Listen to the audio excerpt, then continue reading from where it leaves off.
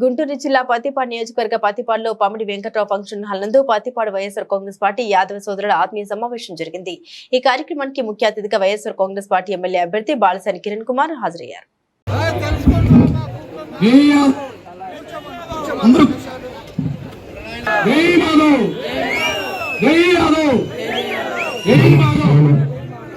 అతి తక్కువ కాలంలో మన యాదవుల్ని గుర్తించిన ఏకైక వ్యక్తి జగన్మోహన్ రెడ్డి గారు అయితే రాష్ట్రంలో మన నియోజకవర్గంలో మన బలసాని కిరణ్ అన్న అతి తక్కువ కాలంలో ఒక యాదవ కులాన్ని గుర్తించి మనందరికీ సముచిత న్యాయం కల్పించాడు. అందువల్ల మనం అందరం ఫ్యాన్ గుర్తు చేసి బలసాని కిరణ్ కుమార్ గారిని అలాగే కిలార్ రోషి గారిని గెలిపించుకొని మనం చేసుకుంటున్నాను. అలాగే ఇంకోటి ఏంటంటే మనం ఎప్పుడు ఎక్కువ పర్సెంట్ తెలుగుదేశంలో ఉండేవాళ్ళం పార్టీ 40 సంవత్సరాల నుంచి.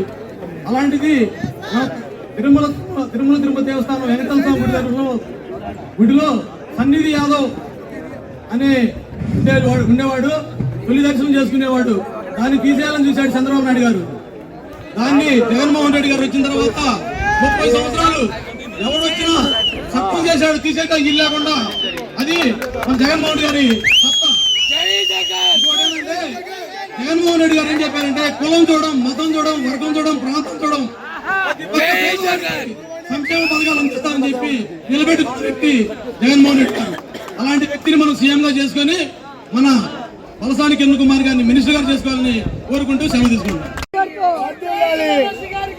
సభాధ్యక్షులు వివరించిన పెద్దలు గౌరవీయులు గుంటూరు మిర్చియార్డ్ చైర్పర్సన్ నిమ్మగల రాజనారాయణ గారికి, ఈరోజు మన ముఖ్య అతిథి మీ అందరి అభిమాన నాయకుడు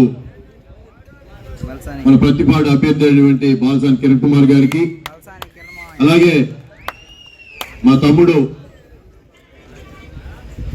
టీవీలో ప్రత్యర్థుల్ని భయపెట్టి మాట్లాడే తమ్ముడు నాగార్జున యాదవ్ గారికి, ఇంకో తమ్ముడు గోల శివశంకర్ యాదవ్ గారికి, శివబాబు గారికి, ఈరోజు ఇక్కడ వచ్చేసిన యాదవ్ సోదరులందరూ కూడా పేరు పేరున అందరికీ నమస్కారాలు తెలియజేస్తా ఉన్నా. చాలా సంతోషం ఈరోజు ఈ యొక్క సమావేశం ఏర్పాటు చేసినందుకు.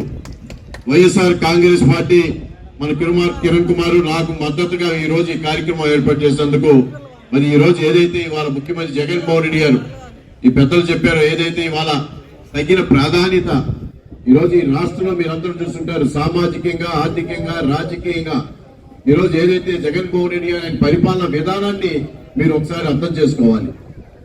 గత తెలుగుదేశం పార్టీ బీసీలు మా వెన్నముక్క అని చెప్పిన పార్టీ, బీసీలు మరి ముఖ్యంగా యాదవుల్ని పైన పెట్టుకొని వాళ్ళందరూ కూడా మోసం చేస్తూ ఇవాళ బీసీలో ఎన్నో రకాల కులాలందరూ కూడా మోసం చేసిన ఏకైక పార్టీ మరి తెలుగుదేశం పార్టీ. ఇవాళ అదే జగన్మోహన్ రెడ్డి గారు వచ్చినాక సామాజికంగా, ఆర్థికంగా, రాజకీయ వాళ్ళ ఎన్ని కులాల్ని పైకి తీసుకొచ్చారు. మరి ఇవాళ సామాజికంగా మీరు చూస్తుంటారు, బీసీ, ఎస్సీ, ఎస్టీ, మైనార్టీలకి నా బీసీ, నా ఎస్సీ, నా ఎస్సీ, నా మైనార్టీ అని చెప్పిన వ్యక్తి ఇవాళ రాజకీయంగా ఎంత మందికి ఇవాళ పదవులు ఇచ్చారో మీరు అందరూ కూడా ఒకసారి గుర్తెరగాలి.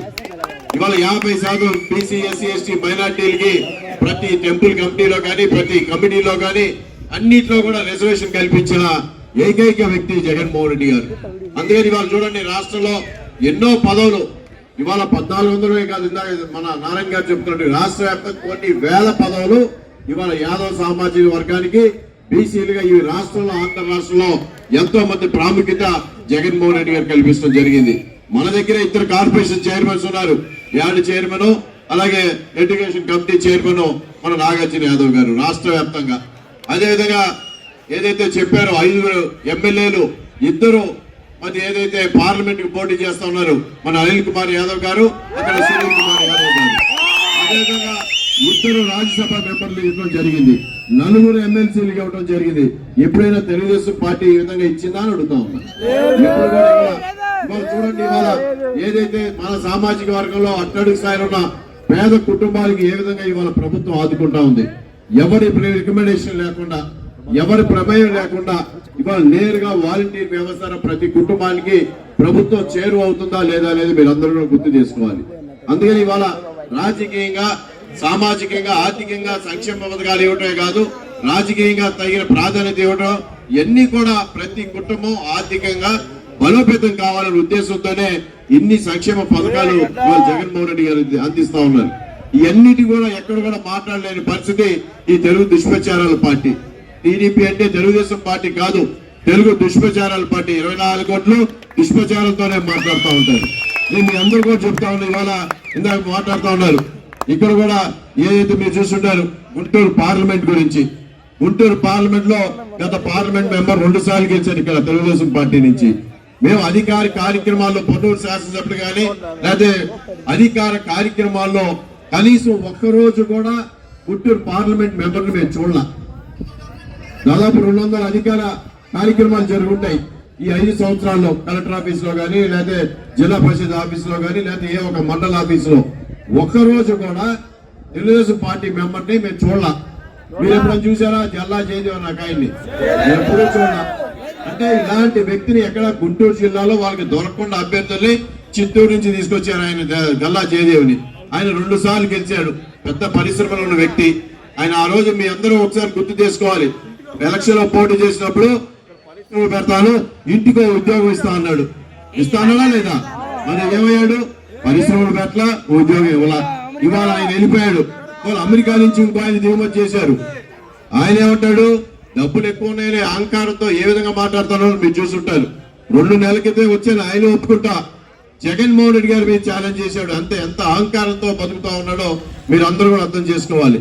ఇవాళ ఏదైతే ఆస్తి ఉంటే ఉండొచ్చు, కానీ ఇవాళ గుంటూరు జిల్లాలో కనీసం అభ్యర్థులు కూడా దొరకని తెలుగుదేశం పార్టీ వాళ్ళు పార్లమెంట్ పోటీ చేయడానికి గుంటూరు జిల్లా నుంచి ఒకరు కూడా దొరకట్లా. అందులో పైకి తెచ్చుకుంటా ఉన్నారు వాళ్ళు. అమెరికా నుంచి వచ్చిన ఆయన ఏం మాట్లాడతాడు?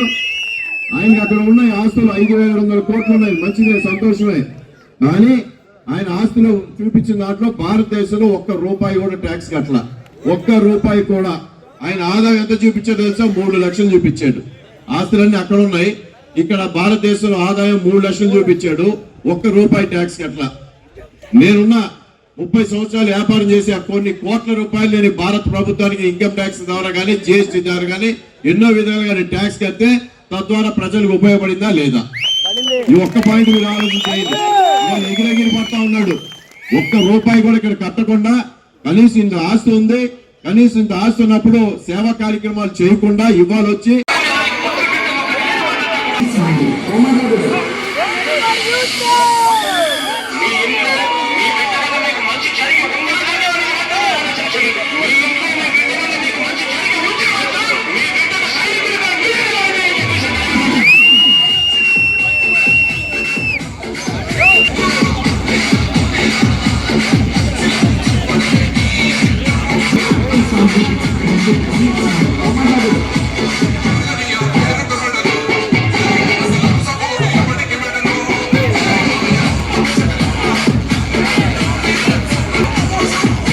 చేస్తున్నారు బలసాని కిరణ్ గారికి.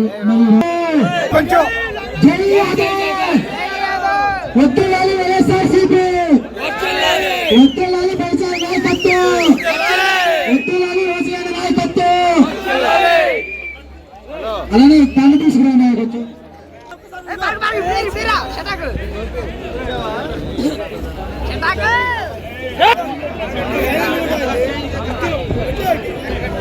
జై బలసాని, జై కిలారి.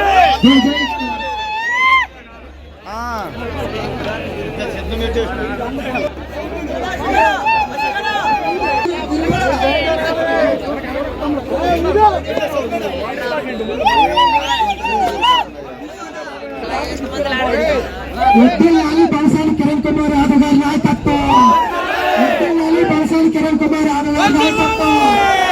జై యాదవ్, జై యాదవ్. ఈ song lyrics by DJ Nazir Ismail.